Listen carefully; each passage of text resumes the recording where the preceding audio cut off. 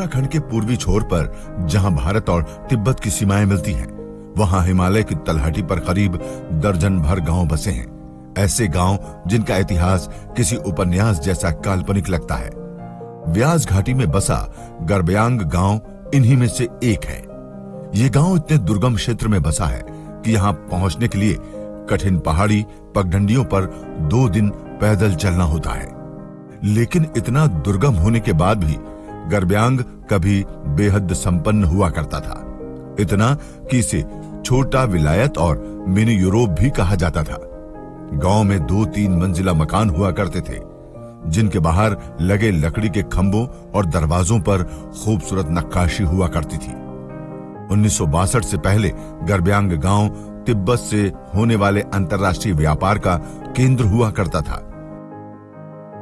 धारचूला की इस व्यास घाटी में कुल 9 गांव पड़ते हैं। इनमें से 7 गांव भारत में हैं, जबकि टिंकर और छागरू नाम के 2 गांव नेपाल में पड़ते हैं। ये सभी गांव मुख्यतः तिब्बत से होने वाले व्यापार पर ही निर्भर रहे हैं।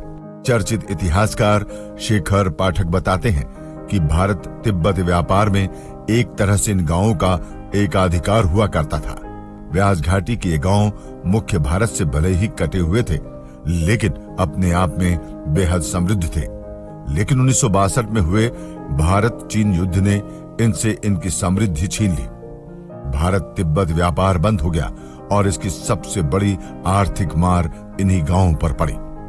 भारत के मुख्य बाजारों से तो ये गांव वैसे ही बहुत दूर थे, अब तिब्बत के बाजार से भी ये दूर हो गए।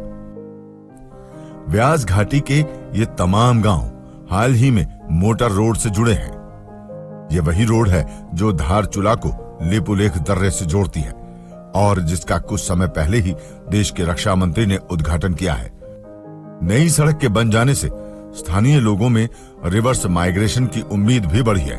1962 से पहले का स्वर्णिम दौर तो शायद इस घाटी में कभी वापस न आ सके, लेकिन वर्तमान की तुलना में एक बेहतर भविष्य की आस यहां लोगों में जरूर पैदा हो गई है।